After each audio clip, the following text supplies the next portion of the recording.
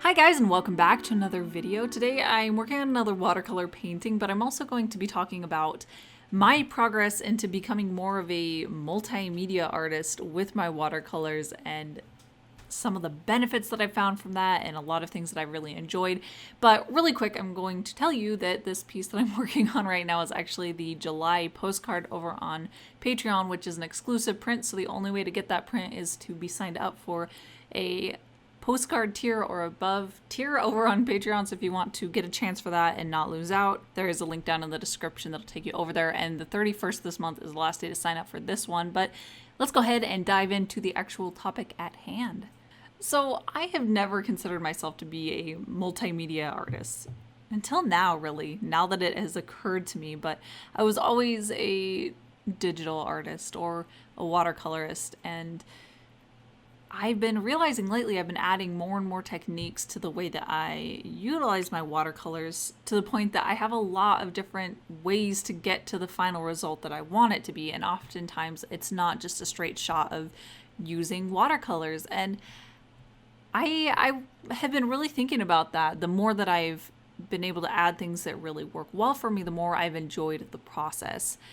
And I enjoy experimenting with it. I found that a lot of times things that I think might work well with my watercolors as a base root for the piece of artwork, sometimes it doesn't work out, or it doesn't work with me, or it doesn't work with the process. And that's okay, because I enjoy those things that end up shedding light on what I don't like. And I love being able to work on things and finding what works and what I do like. But I don't know, I just want to talk a bit about that progress into becoming someone who reaches for more supplies than I originally thought. And I think that there's kind of the separation in art. I think it's a separation in words, but not necessarily in action.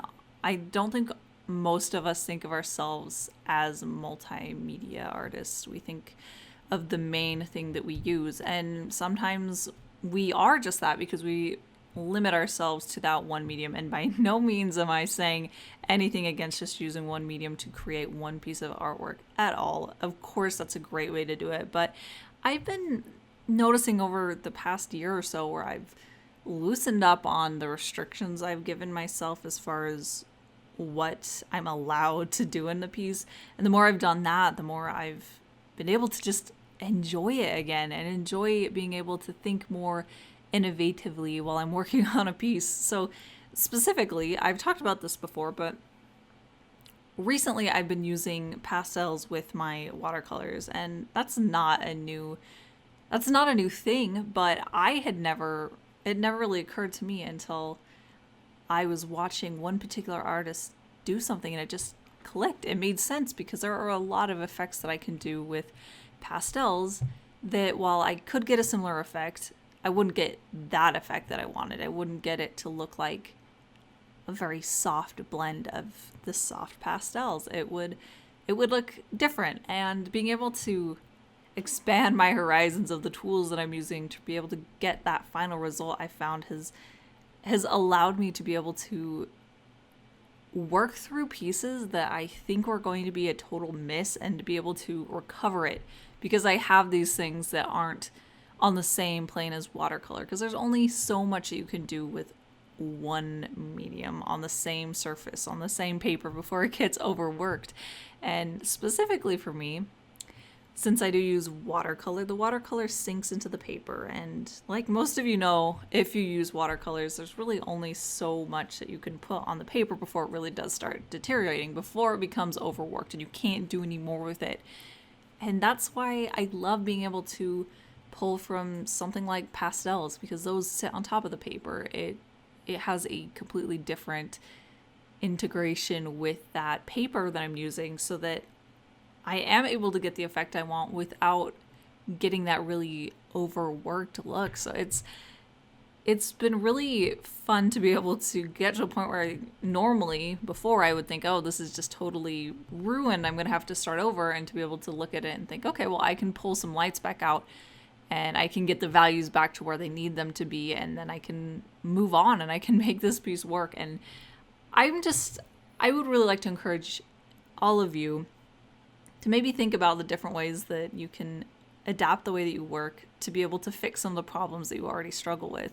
I am a huge proponent in art, that is, of finding ways that work best for you and being able to work smarter and not harder and work with things that make you happy and make the process enjoyable.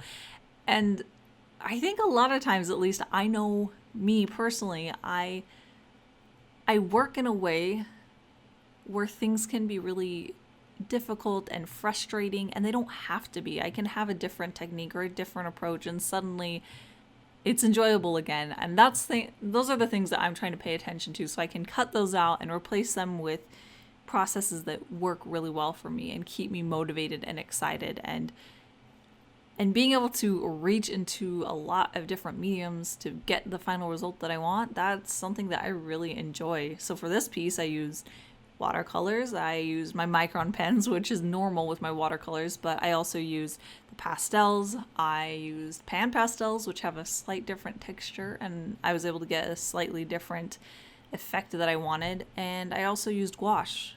So in the end, it was a medley of things that I had already experimented with, and I knew I liked how they played together, and I was able to understand them and use them in a way that would achieve that goal. I guess really just my point of today, what I'm talking about, is that I think that we as artists, we put ourselves in boxes. At least some of us, at least some of the time. I know I do it all the time, but it's not always a choice. Sometimes it's just the way that we back ourselves into a corner and we think that that's the way we have to do it to create the art that we want, but it's not always the case. And I want us to be able to work in a way that opens up more doors rather than closes them. And maybe that does mean focusing 100% on one medium and making it work beautifully for you. And maybe for others, it's reaching for new tools and bringing them in and incorporating them into your pieces. And I know that this actually is not a different media at all, but I recently got some more watercolors that are actually granulating. And I think I want to do a video soon focusing on granulating watercolors. But up until this point, that was like a wall that I had in my head as far as the way that watercolors work and how I wanted to work with them. I only let myself get watercolors that did not granulate at all, period. I decided that I did not want granulating at all in my pieces. I wanted to be able to create very smooth and homogeneous washes with my colors. Until recently, I was thinking about how maybe if I could get some granulating watercolors and maybe I could create effects that I would enjoy, things that I haven't been able to achieve. And it just kind of clicked, because there have been times often when I'm trying to do a watercolor piece with more of a textured background and I struggle to get the texture that I want because I'm using these watercolor paints that work beautifully at getting very smooth, flat washes, but not ones that are meant to get really distorted, I guess you could say. And I don't know, it was a weird moment where I realized that I had told myself that granulating watercolors, those aren't good for me, those aren't what I want.